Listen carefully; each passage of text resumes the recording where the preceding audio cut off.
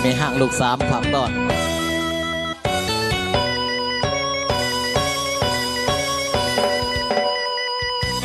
งามแท้เด้นางนองแก้มแดงแดงถ่ายลำลามสาวไม่ห่างลูกสามสั่งมางามกระดองอย่าขอเข้าห่วมบีวาแนวว่าทั้งนองลาเอาผัวแต่ดอกเหงาไว้บาดเข้าป่านี่ไก่สั่งมางามเทเดนองไอ้นี่หมายปองสางสาวลูกสามมาเป็นคู่ขอรู้แล้วลูกหน่อยสามคนนั้นได้หำเฮียน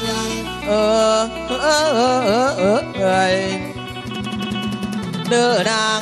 เด้อเอาจวดๆน้ำกันพี่น้อง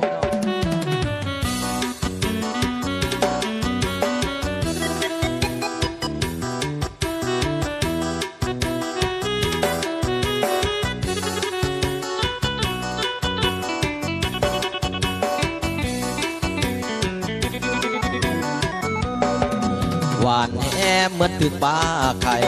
เอาเมียใหม่ก็ได้ลูกสามคนบ่ต้องคำบ่กำให้ยาให้มันลำบากตักน้ำดังไฟ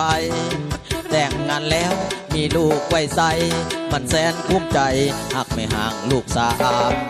ผ่านสายอายบ่สะเทือนมันบ่ได้เจือนคือตะผังเซขอเพียงเอาเข้าใจกัน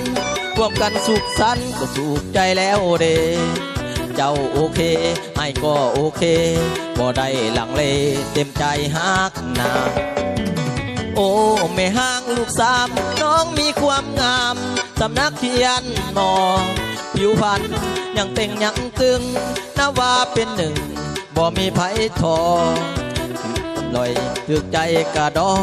บ่อยากไปต่อเข้าใจเอาเองน้องเก่งเวียกเกือนการสานเก่งในทุกด้านที่อายต้องการเก่งทางเวียกเกือนการสานมาแต่ทำงานก็กินน้ำคอยรอมันกินใจต้นถามว่าเมื่อยบ่ไอ้มักแห้งกระดอกถือใจยามนอนตอนกินเขาก็มีความอบอุ่นลูกสามคนนั่งยังกันสายลายย้ำใจก็มองว่าเนี่ยแม่ห่างถึกใจคักแห้งลายสบายใจลายแนวบ่เสือร้องเอาแม่ใจแวหักเพียงน้องนางแม่ห่างลูกสามก็ต้องน้อยใจถึงผัวเจ้าป่าลาไปบุญเขาบ่หลายบ่ได้อยู่กับน้องลูกสองก็ห่างมาหมดแล้วเหลือเพียงน้องแก้วไม่ห่างลูกสามอย่าน้อยใจไปเลยคนงามให้เผาติดตามหากเพียงหน้าหมดคนเขาเว้าว่าทางเฮามากหน่อยถ้าเอามิทั้งอายก็แค่ต่างประเทศพูดจะเลิศแท้ก็ยังมากคือกันเขาเป็นคนสามานสิวันยังหาโอ้ยเด้น้อง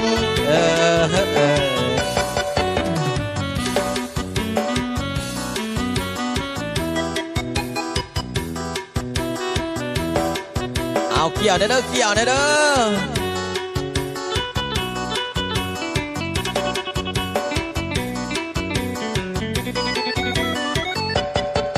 ใจแว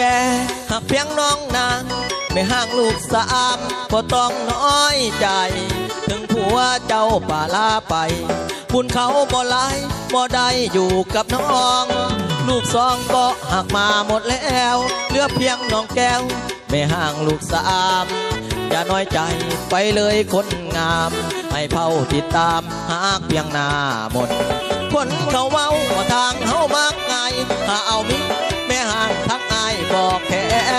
ต่างประเทศพูดจะเลิศแท้ก็ยังมากคือกันเขาเป็นคนสามานสี่วันยังหาโอ้ยเด้น้องเอาวันนี้คิดว่ามอบให้เป็นแม่ห้างลูกสามพี่น้องเอ้ย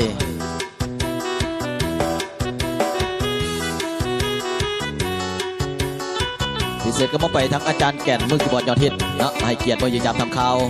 ทักษะไปดีกับพี่กับน้องในเบิกบานมาเชิญ ขอบใจ